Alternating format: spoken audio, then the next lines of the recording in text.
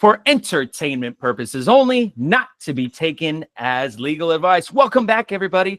It's Tuesday already. Tuesday comes by so quickly. I hope that you all enjoyed St. Patrick's Day. St. Patrick's Day. Huge, great holiday with plenty of time for me to drink green beer on such a special holiday. St. Patrick's Day is a huge holiday here where I live. We had a lot of festivals here. And what we do for the festival, it's like a little downtown parade that they have with all of the clovers and everything like that. But I want to remember who St. Patrick was. He was born in Britain around 385 AD. At 16, he was kidnapped by Irish pirates and enslaved in Ireland. After several years, he escaped back to Britain, but later returned to Ireland as a Christian missionary. He's credited with converting much of the Irish population to Christianity.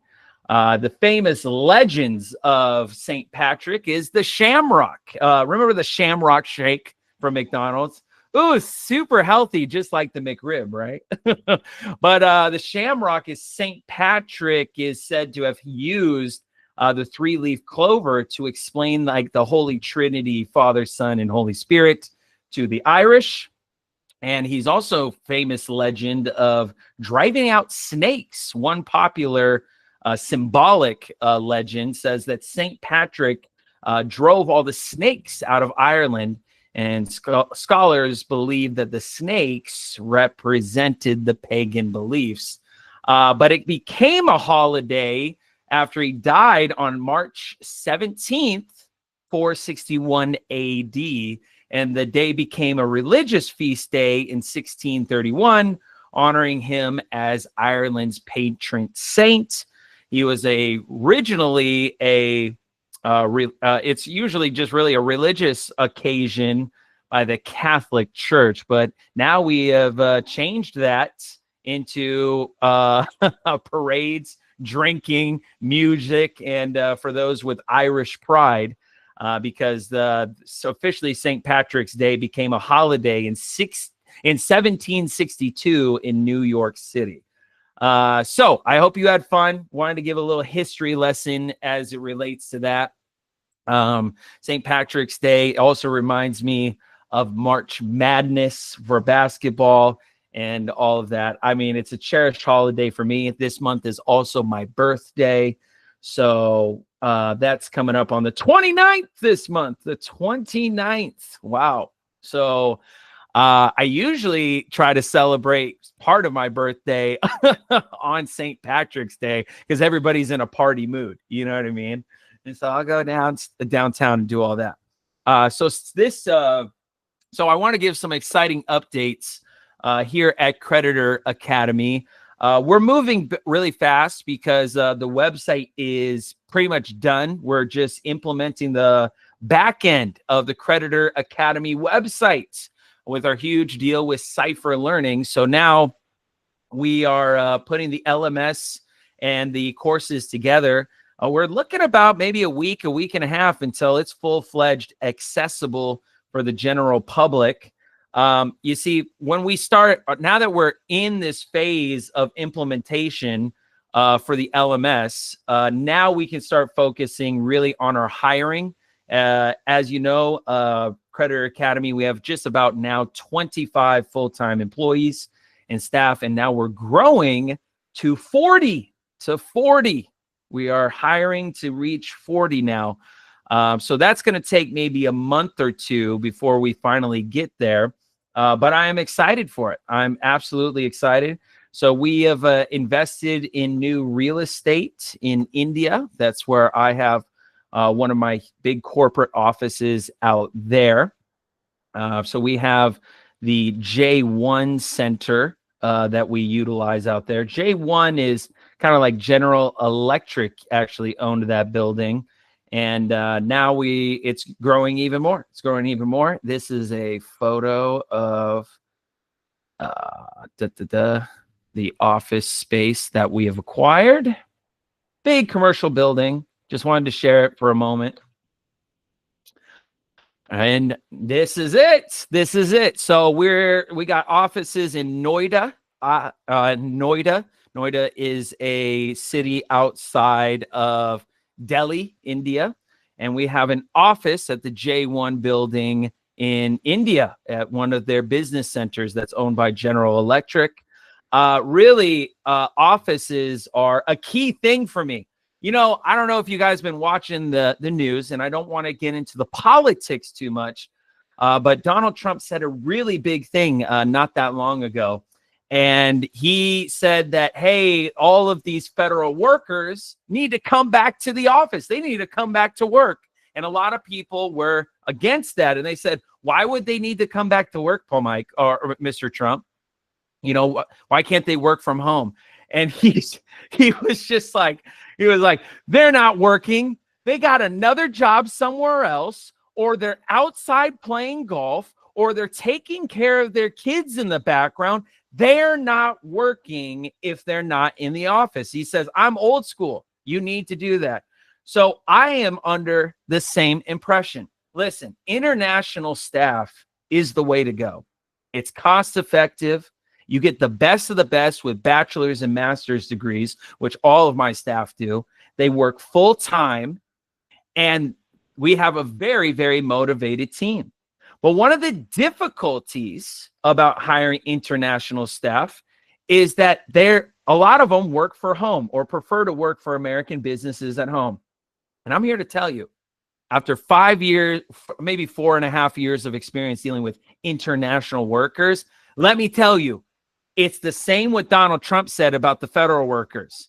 They go ahead and BS me and say, Paul Michael, I'm going to go ahead and do this work. Yeah, this is great. I'm glad I could be here for the morning meeting. Then they go out, play golf for the day, or go have another job with an American company where he's telling them I'm doing work and whatnot. And then at the end of the day, they'll work for like 1 hour's worth of effort and then give me this progress report like they did something and think that I'm not smart enough to catch on to it. This is why I forced every one of my staff, you're going to be in the office. I'm going to have an office manager stand on your head to make sure you do the work that we're doing, because here at Creditor Academy, we're really trying to make a name for ourselves, and you guys deserve the best of the best. And in order to make sure that you guys get the best of the best, my workers need to be on their game. And now the great thing about this is not only have we contracted now with 2 major office building locations, but now to fill up the seats, we are now doing business deals with you, with the general audience. If you want international employees, but you want them to be in an office, in an environment where they can be overseen and managed, Creditor Academy, we've been doing recruiting and staffing for quite some time. Now we're offering office space for your employees and workers. And the beautiful thing is with the office space, like you're going to see on our website, is you're going to see the offices that we have featured on the Creditor Academy website. These are the same offices that could be featured on your website for your promotions of your staff and your employees. All of my employees have ID badges. They have custom-made polos with our logo on it. And it's a professional environment. There's security guards that manage all of the office campus. We have biometric clock-in. So they have to actually give their biometrics to show that they showed up on time. We provide all staff with computers as well inside the working space. And our office managers will give you a report of how your employee is doing. All of this is a very cost-effective price. If you'd like to get the details about that, you can go to creditoracademy.com and call our hotline number that's on the website, or email us and fill out the contact us form on our website as well. Very exciting developments, and we're expanding. We're expanding really quickly. So yeah, so we got the website, we got the staff, we got the office, two office locations now. What else? Well, what else is Masterclass? Wow, freshman Masterclass has been skyrocketing with not only the amount of involvement, but the amount of connections with one another as part of a community. I've told the freshman Masterclass members that if you get in now before this LMS system is up and running and humming and you're believing in what it is that we are delivering, we got special offers for you that we will extend when the platform is up. The platform for our LMS, for the website on the back end, it's about a week and a half to 2 weeks away. It is right around the corner.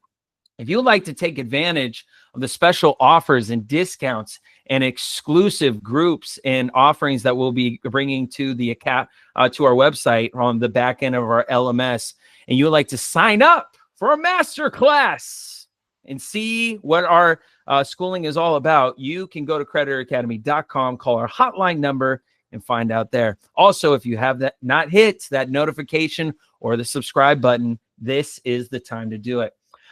So yes, all exciting things that are coming down the turnpike, and it's still going. Today is an important subject, though, because as we are about to launch the Academy in a really big way and automate it and bring so much AI into the platform, a whole new fresh faces into the platform. We're expanding business partnerships with other guru organizations to bring them into the platform as well. It is also the time to remember where we came from our roots, how we got started and how we got here today.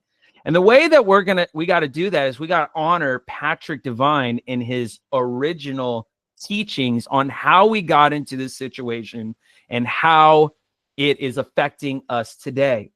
So we're going to revisit for maybe one last time publicly until if you're in Masterclass, I'm going to go over even deeper presentations of Patrick Devine's final teachings. But publicly, the few times that I bring it up, like I am going to bring up today, is it's going to tell you the story. Patrick Devine was a storyteller. If you listen to his many audios, he was huge into painting the picture clearly for anybody to understand. Smart guy. So what I'm going to do is we're going to be talking about the Cestui Que Vie trust account and the big picture of what we're trying to do here at the Academy. I want you to fully understand what makes the Academy so different than the other organizations. And I'm not here to give you paperwork. I remember the loads amount of paperwork other organizations would give me. I remember I would pay their membership dues. You remember this? Some of you, same thing. You pay the membership dues to get on their platform. And what do you get with their membership? You get everything. You get everything. You get to see their videos and you get to see their documents. You watch the videos, you get the documents, and you're like, great, now what? Now what? Can I ask a question? What's next? How do I utilize this for myself? Where can I get more information? Who can help me with my current situation? You see, schooling is just more than going into a classroom and paying your tuition to the University of Washington, and they hand you a textbook and a bunch of tests and some homework assignments and say, I hope that you can graduate. No, there's structure to the learning. So what we do differently at the Academy is we structure your learning with software and with instructional designers and with instructors themselves. So then you have everything that you need to succeed. It's kind of like a little mirror of what you did in regular school onto our online campus. So without further ado, let's get into today's topic of discussion of how we got here. Share my screen. Let's start here. A brief background. Okay.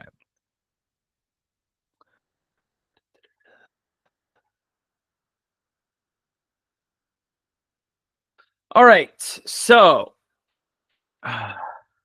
Brief background. How do we get here? Well, it all starts with the straw man, your legal fiction. Patrick Devine said that we got into this mess by not just a great takeover from this banking cartel, but also we contracted into this legal a world of monopoly. And that's basically what it is. Everything is a legal fiction, just as much as the worth of monopoly money is the worth of these Federal Reserve notes. And we contracted to play the monopoly game. And we're using contracts. We're using statutory laws. We are abiding by the banking cartel's rules and regulations, all not based upon us, the living, but based upon our fiction. Based upon our fiction. So your birth certificates, we got to talk about that, on how we got into this situation in the first place, and how Patrick Devine really identified how we can get out as well. But what is your birth certificate? Well, it is your legal fiction. It's the paper form of you. Your birth certificate is the all caps name entity. It's kind of like when I receive notices for bills. I got a lot of them, but all my name on here is in all caps. It's on all caps for all my bills.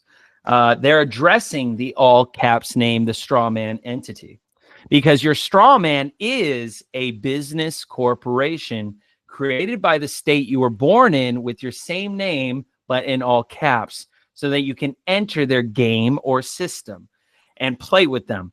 Since everything in the corporate world is dead, only other dead things can communicate with each other. This is the dead version of you, your birth certificate.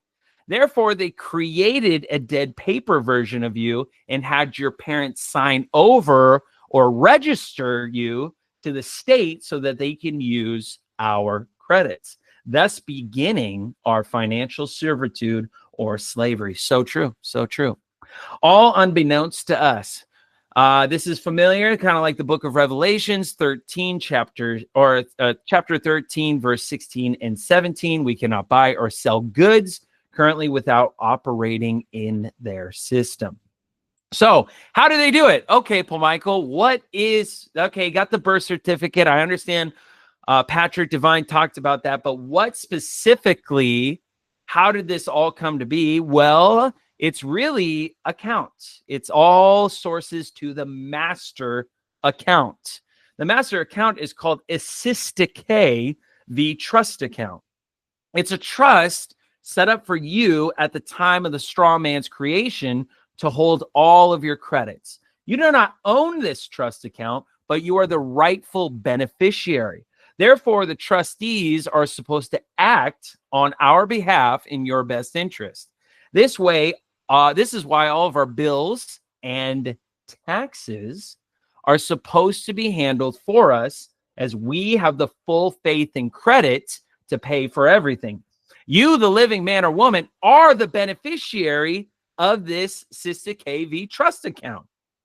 So when we go to court, judges who act as the magistrates are the trustees of this account, and the clerk is the administrator of this trust account as well. But we got to break down this term and this meaning. Then I'm going to get into a visual description of this structure. Cestui Que. It's a phrase that is derived from the medieval England and adopted by French law. Cestui Que trust can be translated as he for who the benefit of the trust was created. This term is an antiquated word used to describe a beneficiary of a trust.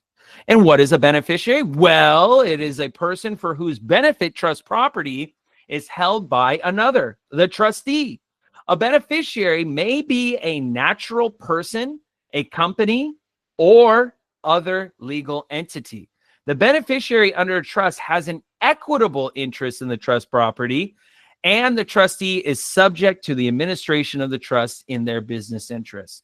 Let's go ahead and now give an example of what we're talking about. Let's give a visual reference.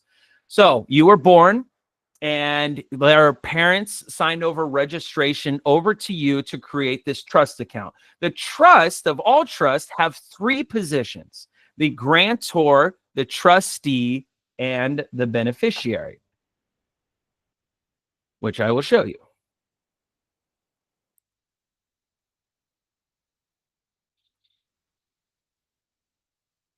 Okay. This is how it looks. The grantor is the creator, the one who establishes and brings into existence the trust. The trust is created with either a trust indenture or a declaration of trust document. The grantor or guarantor selects trustees who act on behalf of the beneficiaries, and the beneficiaries are holding trust certificates that are issued by the exchanger, who is the one who accepts the property into the trust. Okay. So the trust certificates by the beneficiary are to show that they have beneficial ownership of such thing. What is the birth certificate? Birth certificate, right? Okay. See? So what we have to identify is who is the guarantor or the creator of this trust. Remember, legal fictions can't create anything. Only people can. So the only person that was available to create the Cestui Que Vie trust is the grantor, known as Mama. It's always Mama. Mama, why'd you do it? So Mama comes in. She's the grantor of the trust, and she signs over registration with a witness. Who is the witness? It is the father. The father is the witness. You ever wonder why fathers can't win divorce cases or get ownership or control of their children, and why the whole system seems to be against men? Ever wondered that? You just said, oh, it's just corrupt. Oh, it's these laws. Oh, it's these Democrats. It's these Republicans and all that. No, it's not. Let me tell you, an irrevocable trust is one of the most difficult, next to impossible things to penetrate. It is so hard to overcome.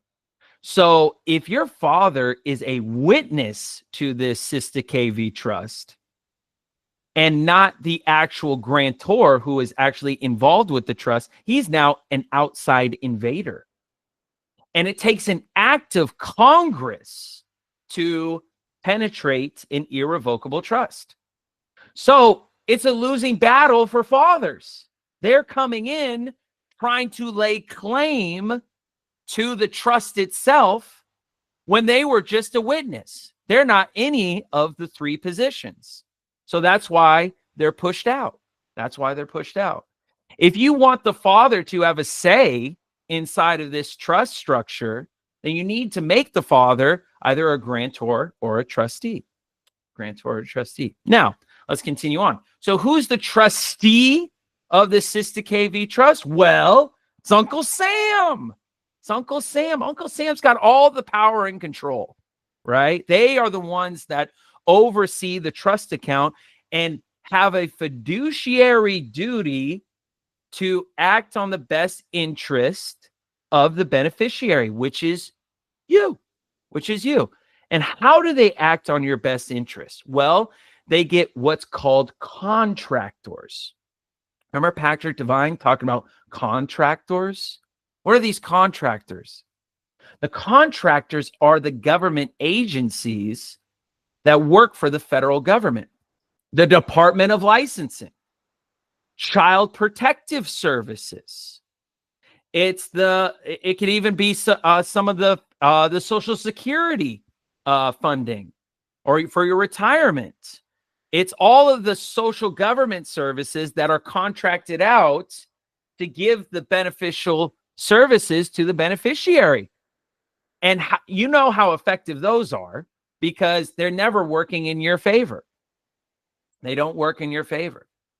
So now the trustee, anytime he wants to help out the beneficiary, or even for the grantor, they contract out the government agency so they can get paid their administration fee from your unlimited credits. That's how this works. They don't call you up. You ever notice the federal government, unless you have a federal government contract, they don't call you up to do a business deal. They only call up the agencies where they financially benefit. Okay. Now you are the beneficiary and you got the beneficial certificate to show that you are holding trust with this agreement. So we went through that. We now have, I hope, a clearer picture of how the trust structure is. So let's continue on with breaking this down.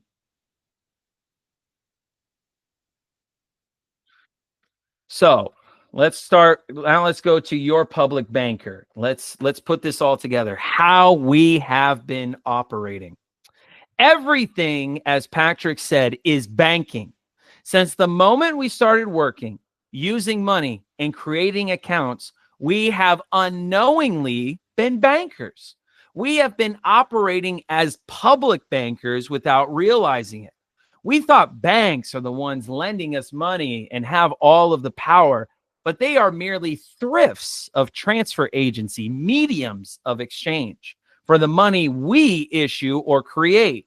Our securities or paper money, promissory notes, which the banks only exchange for monopoly money known as the Federal Reserve notes to keep the game going. Banks have no power to create anything, as they are dead, and only procedures of how to properly operate within the private Federal Reserve banking system. Everything in the business world operates under this system as corporations, dead entities, and are all bankrupt. They do not have money, as it is only we, the living, that create the money with our signatures. The banks and all government employees are public servants and work for us. We, the people, are the true government, the power holders, and we have the divine spark of the Creator and are alive with this divine power to create. Ooh, I get chills every time I read that. So your signature, how your signature works. Your signature is the authorization to extend the credits out to these other public organizations, which could be the bank. It could be a loan from the bank. It could be your student loans. It could be lines of credit for credit cards. It could be a loan for a vehicle. Whatever it is, whatever it might be, they're utilizing your signature to draw the credits. But how do they do that? How do they do that? You need to think about a bank account. Visualize this. When you open up a bank account at Wells Fargo or Chase or Bank of America, you need two things in order to get people access to that account. The first is an account number. Okay. The account number is the number that was created for the birth certificate. That's like the checking account. Okay. It's unlimited credit. You can draw whatever you want from it. So if you could draw anything out of that bank account that's housing the unlimited credit, the only thing that you need to now route the credits out is a routing number, an account and routing number, which is this social security number. You see, a social security number is the same routing number as an EIN. It's the same. EINs are just routing numbers because it's all reference to the IRS, right? So when you have the account and the routing number, then for a check, all you need to do now is just write out the amount that you want to pay with your signature. And that's what you're doing. You're giving the account and routing number that's associated with your Social Security, and you're doing these signatures to write it out to these entities so they can draw from your credits. Now, what do you have control over that Social Security number and account? No, it was assigned to you. It was assigned to you, but you don't have control over it. Why don't you have control of it? Because you're not a trustee, man. You're not a trustee. Uncle Sam is. Remember the Cestui Que Vie trust? You're not the trustee, so you don't have any say. So when you go ahead and sign over and all these credits then go into the Social Security account, now all of these credits go into an account that the government can write performance and payment bonds out of, which are together like fidelity surety bonds, as Patrick Devine so greatly talked about. All right.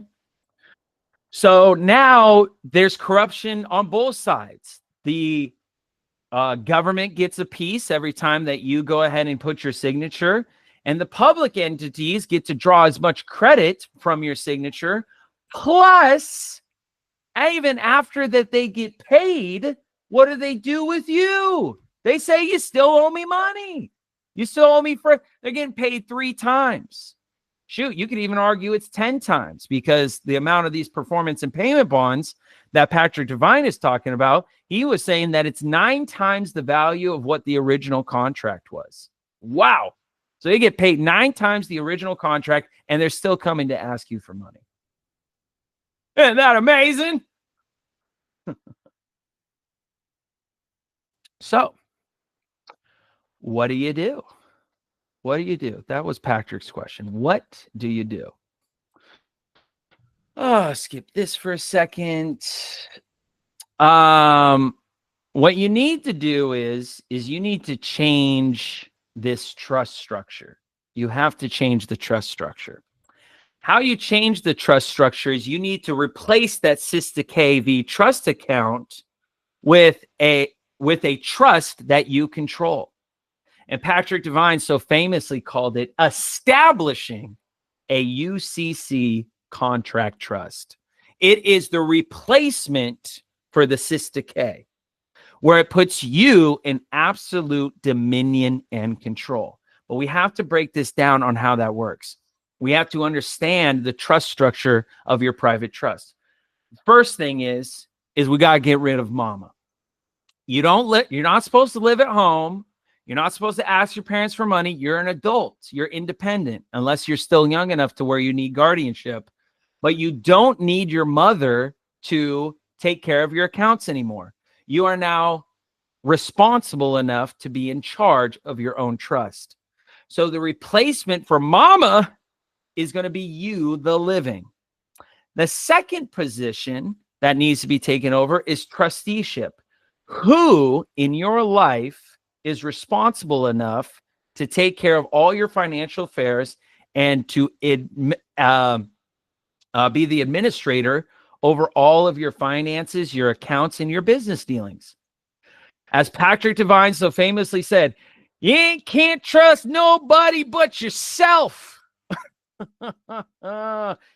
Ain't nobody to trust but yourself, which is, once again, you are the trustee of your new UCC contract trust account.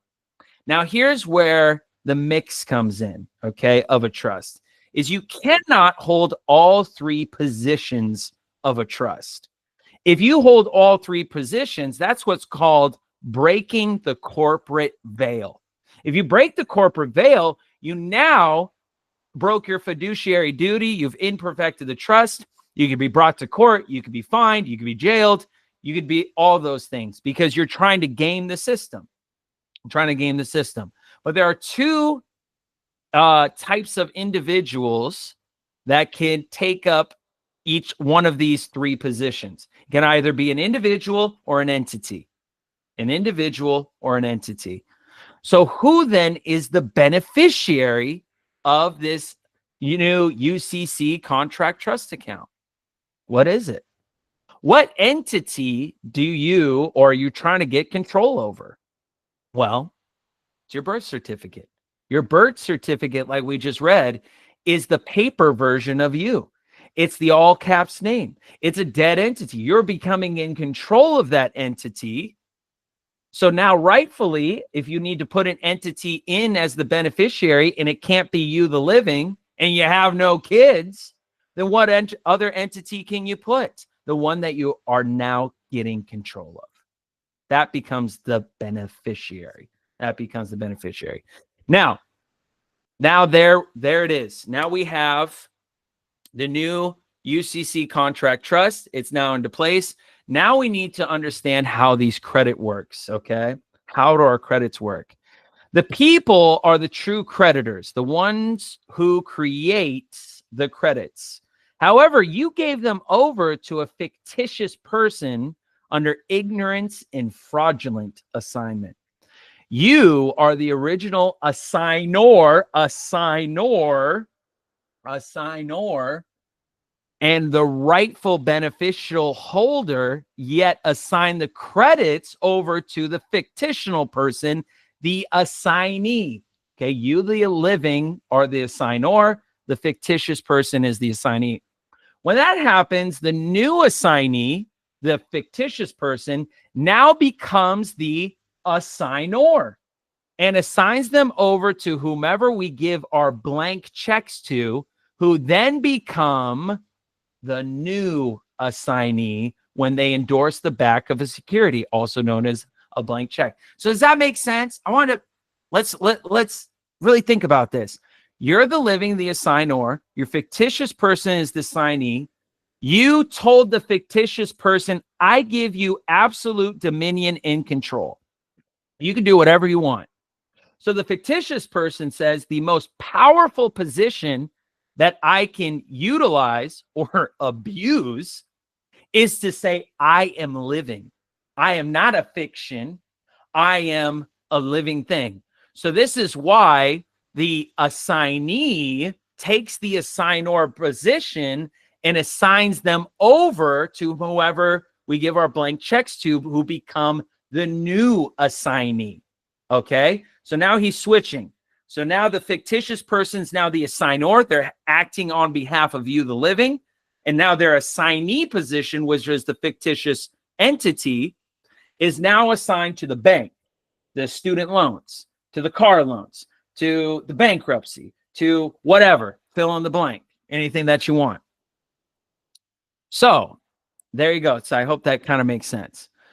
So you are the beneficial holder. You're able to enjoy the benefits and ownerships, but you've got to remember that the title of the property is in the all caps name. Once again, the title of the property is in the all caps name, and that the state created, AKA your strawman, your public banker, has control over it. So with that in mind, the beneficial holder, we go into the next session. The people are bond holders. Okay. The SSN is a bond between the strawman, birth certificate, and Cestui Que trust and the estate. Once you open an estate, you are declaring the strawman SSN is dead, which is why Patrick Devine wasn't using the SSN after creating his estate EIN. I'm touching on this a little bit. Okay, I want to say my opinion inside, my 2 cents here. I have an estate EIN that is over my SSN. Is it absolutely necessary for you to have a state EIN? Yes and no. Depends on the use cases. Okay, but if you have control of your SSN account, which is what establishing a UCC contract trust is all about, then you don't have to worry because you have control of it. You don't need an estate EIN if you have control of the SSN, but if you want an extra layer of protection, it also doesn't hurt. I'm neither for it nor am I against it. Okay, I just want to say my 2 cents there. Okay. But yes, the SSN is the account that holds all your credits. Since we are constantly paying more and more money into that account with everything we do as a public banker, we want to stop it by terminating it or get control over it. Then we can resurrect our SSN as the executor of the estate. So the executor is no longer the holder of all of our credits. Okay. So that was good. I want to go over Ballantyne's Law Dictionary of holder, a person that holds as the owner, the holder of a patent, often used in combination of a stockholder, the one that holds or occupies the property of another by agreement. Okay, let's pause there for a second. Let's pause there. Okay. And let's go over now what I want to go further into this. I'm wanting to give you guys high level of Patrick Devine. Okay. And we have to cover this. Okay. So you have this new UCC contract trust account, which goes also by a different name. Can anybody tell me what the other name for establishing a UCC contract trust is? What's the new popular name that Patrick Devine, he called it establishing a UCC contract trust in 2017, but it has become a new name that everybody and their mama is talking about constantly. All I hear about is what name? Someone shout it out. Shout it out. Shout it. What is it? Huh? What are you going to say? You're typing it. I need you to say it. Oh, I have like third party creditor. There you go. There we go. SPC. SPC. SPC. Everything got to do the SPC, the secured party creditor. Jeez, isn't that just everybody's like, I got to do my SPC if I want to be free. So we're going to go over the SPC. Okay. All right, we're going over the Cestui Que Vie trust. We're replacing it with establishing a UCC contract trust, also known as an SPC. And we're going to, you guys need to wrap your heads around this, man, because if you get the high level picture, you'll really get the whole meat of this. But we got to look at this SS4 form. Now, Patrick Devine, what do you do? Foreign grantor trust. He is famous for the FGT. I don't know if you know this. Patrick Devine was the founder of the FGT. He's the one that figured out its significance, its use case, and we've used it ever since. He's done so many groundbreaking research. Okay. So the FGT and your new trust, your new UCC contract trust. Okay. A trust in this case needs an EIN number. It's got to have an EIN number because it's got its own routing number now, right? It needs a routing number, a foreign routing number. The reason why it's foreign is because it's outside the jurisdiction of the banking cartel. The banking cartel is the Hague Convention countries that contracted with the banking cartel. Just simply say it like this. You notice when you get debt in America or a credit card debt, it follows you to Europe. And you're like, how come I'm in Canada and Europe and in Ireland and it's following me? Well, it's because you're in these Hague Convention countries that did business deal on this one network banking cartel system known as the mafia that's underneath the Vatican. Okay. So no matter where you go, debt follows you, except for Taiwan or Belize or a bunch of other countries. There's like 100 of them. And there's no debt there. That's why people restart their lives. The Cayman Islands, the Isle of St. Kitts, and so on. So people go to those countries because they're like, oh, my debt doesn't follow me here. It's like I'm starting brand new. And it looks like this country's starting brand new too. Where's the infrastructure, right? So now Patrick got a non-Hague Convention EIN number and applied it from there. Now, every trust, just like a business trust, every trust needs a name. You got to have a name for a trust. Okay. You got to have a name. But before we get into the name of this trust, I want to talk to you guys about what this foreign EIN that Patrick Devine was talking about. Okay. It was a foreign grantor trust. Foreign grantor trust. What's the foreign grantor trust? What is that, Paul Michael? What is that? Well, if you've ever done taxes on a 1041 form, they on the left-hand side, or 1041 is for U.S. income tax return for estate and trust.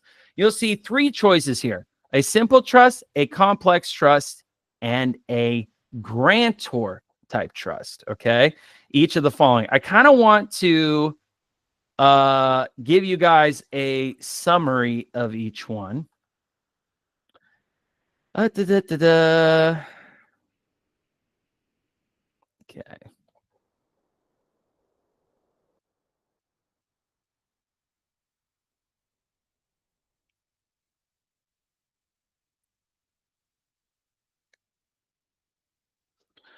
The first one is that I want to kind of break down is the simple trust, and then I'll end with the grantor type trust. The simple trust is a trust that distributes all the income to the beneficiaries annually. It does not distribute to the principal, meaning the grantor, and it cannot make charitable contributions. The trust itself does not pay income tax. Beneficiaries are taxed on the income that they receive on a simple trust, and the principal remains intact but untouched. Okay.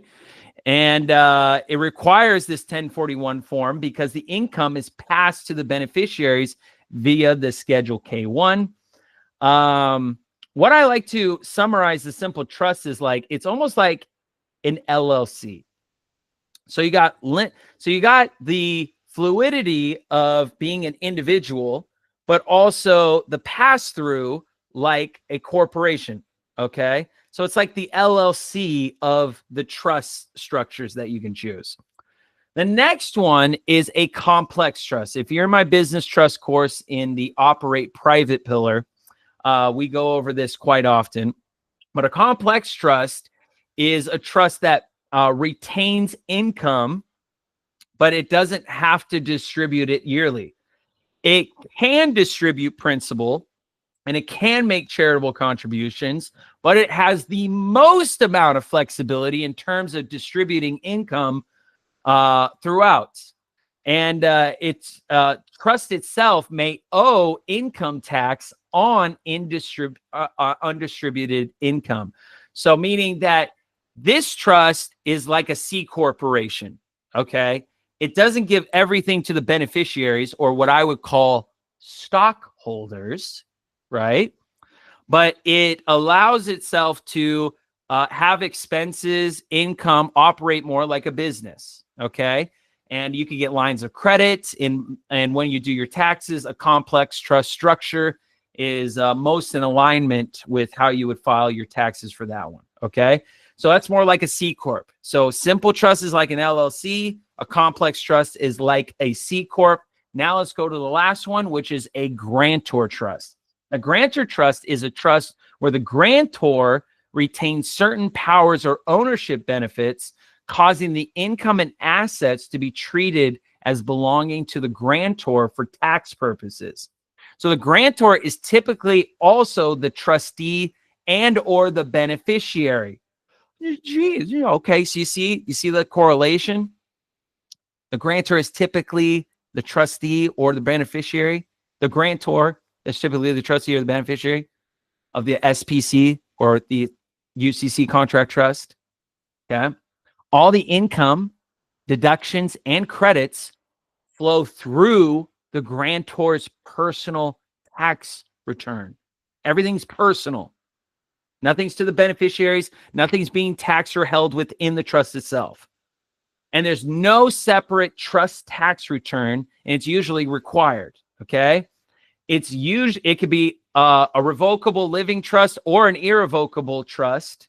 It's great for estate planning while maintaining control and flexibility, and it avoids probate but doesn't offer tax benefits or asset protection like an irrevocable trust. So you need it to be irrevocable. Okay. So the grantor type trust is almost like a sole proprietorship, EIN. It's like a sole prop. I remember my dad was doing taxes and, Jose would come in. And you're like, hello. My dad would be like, hello, Jose. How are you doing? And you're like, hello, Mr. Roland. Yes, I need to file my taxes. And he'd be like, oh, okay. Well, what did you do this year? He's like, I mowed the lawns. I help out my neighborhood. I do the landscaping and all that. So my dad would ask Jose the question, hey, what type of business entity do you have? And he's just like, what? Okay.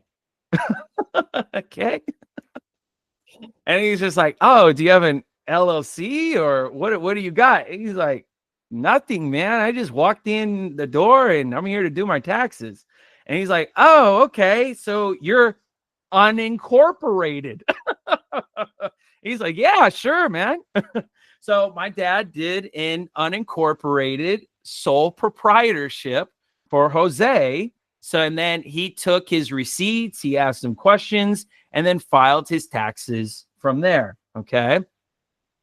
And that is kind of a similar thing like we're doing with the simple trust is you have your personal taxes here. So now let's go back to Patrick Devine. He called it a foreign grantor trust. So now we can get into the name. So what he did is he went here and he titled it Patrick Devine FGT, the famous FGT, right? Because this, oh, excuse me. There we go. Patrick Devine FGT. Okay. So now and the reason why he did that is because an EIN number application does not specify what the use case of this EIN number is. It does not, unless you're filling out the 1041 form, you wouldn't know that this is a grantor type trust. And you wouldn't even know if this EIN is for in a trust unless you specify it. So that's why he put FGT into it. Now here comes the big question. Okay. You're now establishing a new UCC contract trust to replace the Cestui Que Vie. You just got a foreign EIN, a foreign grantor trust number. So now the question is, what is the title or the name of this new trust that is replacing the Cestui Que Vie? Anybody tell me what is the name of the new trust? Yell it out. What is it? Someone tell me. Just yell it. I have so many of you in here. Your name.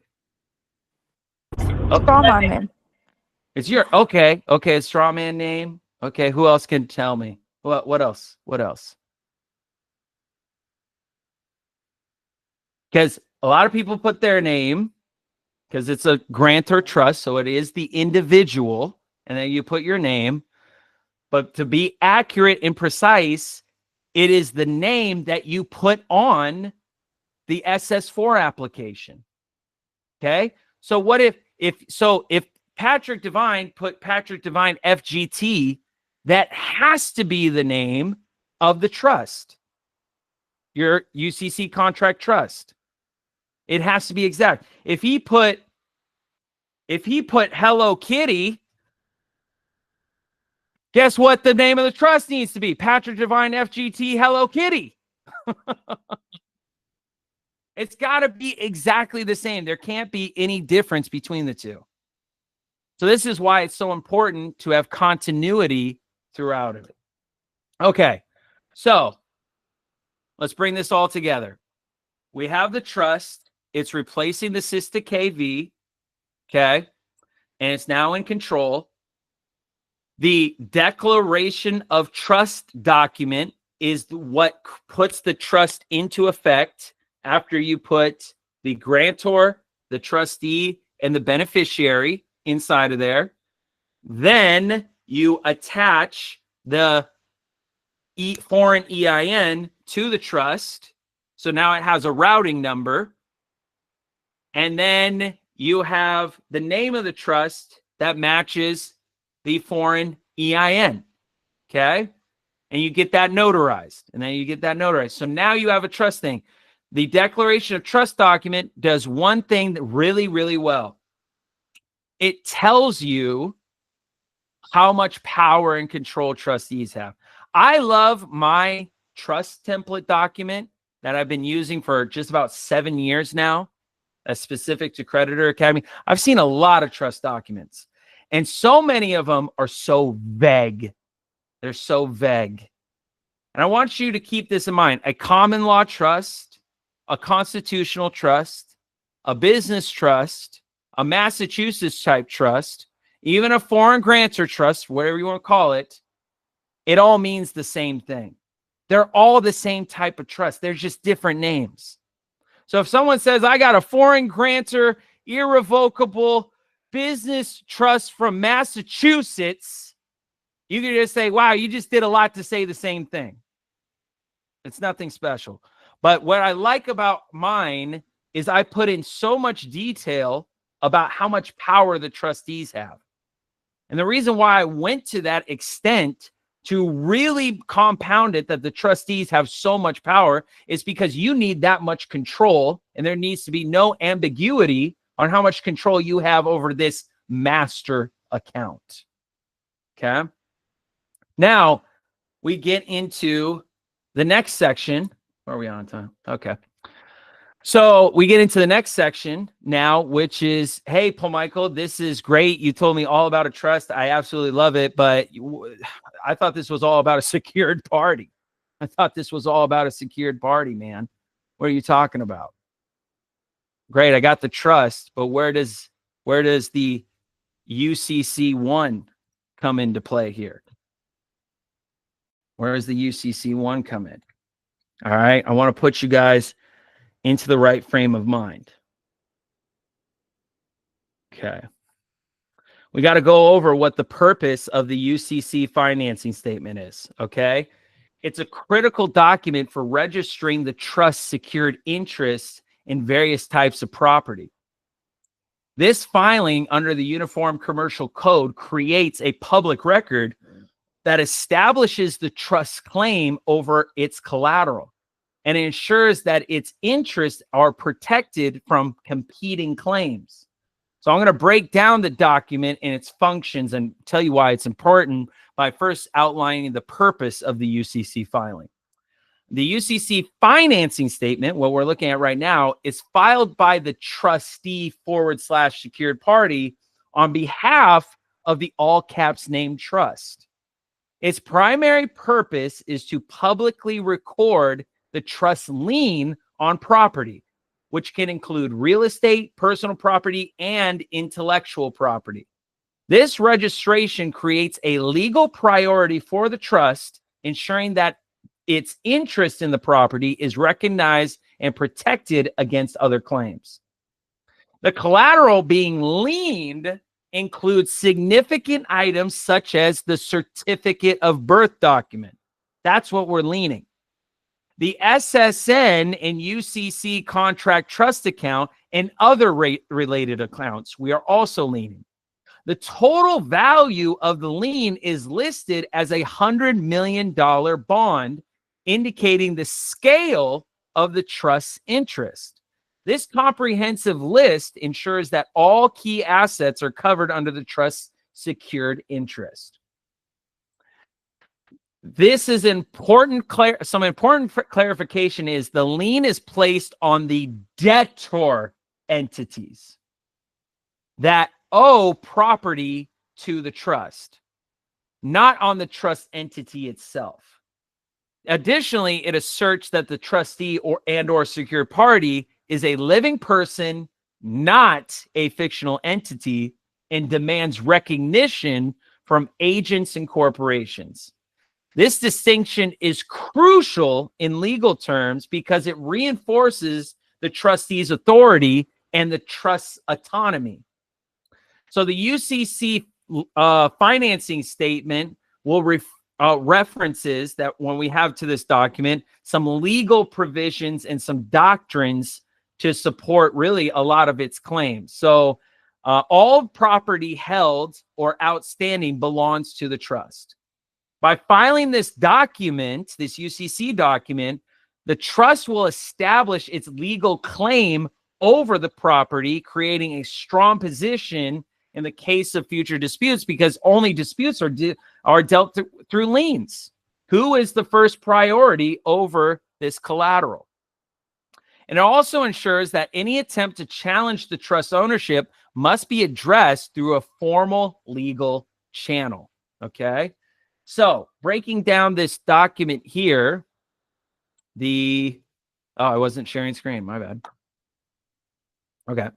So here's the UCC financing statement, and here's where the collateral goes. Remember, Patrick Devine went over this extensively as a non-UCC, but when you're establishing a UCC contract trust, you're doing a public version. We'll get into that in a later time. So here's the question I have for you. Under the debtors name? What is the name of the organization for the debtor? Can anybody tell me? Who is it? Your all caps name? No. Who can tell me? The banker. What the? So more specific. Individual banker. No. Your all capital. No. Oh, it says organization a foreign grantor trust. Yeah. Okay. You're getting, yes. Okay. You're getting, yes, you're getting there. You're getting there. It's the trust. It's the UCC contract trust. It's that simple. Don't you want to have a lien, and don't you want to have priority control over the new entity that's taking over everything?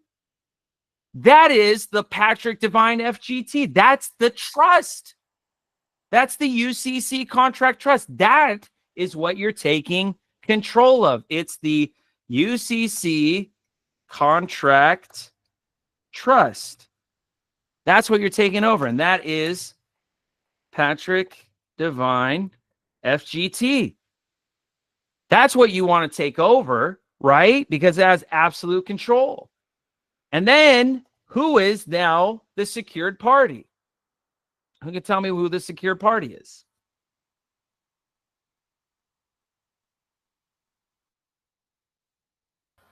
The living person, Now that me. A private banker. No, Private it is the living person. Yeah, whoever said that, you are correct. It's the living person. You guys need to get the individual banker out of your head. You need to put that inside of a drawer and not pull that out. The same with the estate EIN. The only EIN you need to worry yourself with in establishing this UCC contract trust or the SPC process is the foreign grantor trust, and that's it. And that's it. So it's you, the living, that is the secured party. You. And the collateral that's listed is very lengthy. It's almost everything you own and control. I should say you control, because ownership means liability. And as a trustee, you don't have any liability. So everything is yours and you control it without ownership. Okay. So so hopefully now you're starting to kind of see the picture that I'm painting here, which is you have a trust, your UCC contract trust. Grantor and trustee is you, the living. Beneficiary is your legal fiction, your birth certificate. Okay. You just did a UCC where now you're the secured party. You have a priority lien over this trust account that you just created that is now owning everything. And now all you need, in addition to this, not all you need, let me tell you, when you come into the Become Private pillar here at Creditor Academy, I mean, this is a lengthy document. I mean, we're almost at 100 and some odd pages just for the SPC packet. Okay. And there's like 15 to 20 different documents in there, if not more. There may be much more. But anyways, so when you're, the other thing is now what to go along with the trustee provisions are listed inside of the declaration of trust document, as I was stating earlier. But what is the secured parties provisions? What rights and controls does the secured party have? And how is that specified? Okay, the trustee just reads his declaration of trust document. That makes sense. But if you're a secured party, what are your rules? What are your regulations? What are your powers? It's outlined in the secured party security agreement. Secured party security agreement. It is everything to not only, or to say what type of control that you have. So I want you to follow on this. That UCC1 financing statement has a section to put into all the collateral that you control. The declaration of trust has a section where you can put in everything that you can control as a trustee. Now you have a security agreement that further exemplifies the secured party's control over the trust and the security instruments, and also to dealing with debts. Dealing with debts. Got to deal with debts. So all of that together is just the foundation of what we put together in your SPC pack. That's just scratching the surface. But you need to know Patrick Devine's structure. You see, since 2017, there have been a lot of updates since Patrick Devine was here. God rest his soul. So what we do here at Creditor Academy is we keep the integrity of what he taught, and we just modernized it. We modernized it. And what I've done is I've taken the SPC, I've taken the status correction and the ID and the badge, and put a gold thread throughout the whole academy so you have continuity with each of the pillars. Okay. You have freshman masterclass. And then you have your sophomore masterclass year, your junior masterclass year, and your senior masterclass year. What you need to do as you go through the pillars, freshman masterclass, which you can sign up for right now by going to our website and giving us a call on our hotline number or filling out the contact us form, is your foundation. Things that I talk about today, I go into more detail about in Masterclass Freshman, and I talk about the other pillars as well. And the purpose for that is there's a lot of you that are new, that are searching this subject. You're trying to get clarity and whatnot. And you know, a lot of the guru organizations are asking you to give a huge financial and time commitment to their organization, and they're not organized. They're not organized. And you only find out about what their program is all about after you commit to them. Freshman Masterclass is your virtual campus exploring. You know, when I remember when I was university shopping, and I would go to these different universities in California, Washington, University of Washington, Oregon, Idaho, you know, over on Florida as well. And we just have a campus, you know, like exploration. That's where the educational counselors say, hey, look, here's our shop. Here's the dean. Here's the graduating class. Here's the courses we have. Here's the life of our campus. Here's the communities you could be a part of. Here's the cafeteria where you guys can hang out. Here's the sports that you could be a part of or come and watch for the entertainment. And here's also the great business connections we have at our university. You get a feel for what it's like to be on campus.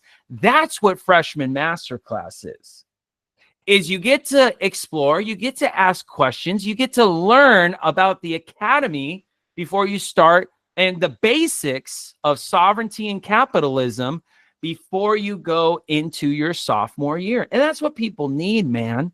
You need to just get this high-level description just so then you know where you're going to be graduating. You need to know. So in honor of Patrick Devine, I'm giving reviews of this and doing a comparison of what Patrick taught in 2017 and how I modernized it. And, you know, I'm not the only one that took part in putting this together. I had a lot of advisors that assisted me with it. And let me tell you, I'm very proud of the work that the team has put into organizing this. We have a staff of just about over 20 individuals and growing rapidly. We are not just focused on sovereignty, but also capitalism. We want you to have access to your credits and to use them. And our success rate is very high. It's very high. I don't want to say guaranteed, but it's close and up there. So if you want to join our academy, we welcome you. And the community that is going to surround you is really what makes the Academy so great. I love seeing all the familiar faces that come to this live every Tuesday and Thursday. And I love seeing my daily pupils, students that come to my course, as well as Ryan's as well. And yeah, we welcome everyone to come experience with us. With that being said, we'll now go to questions about today's lesson. Questions.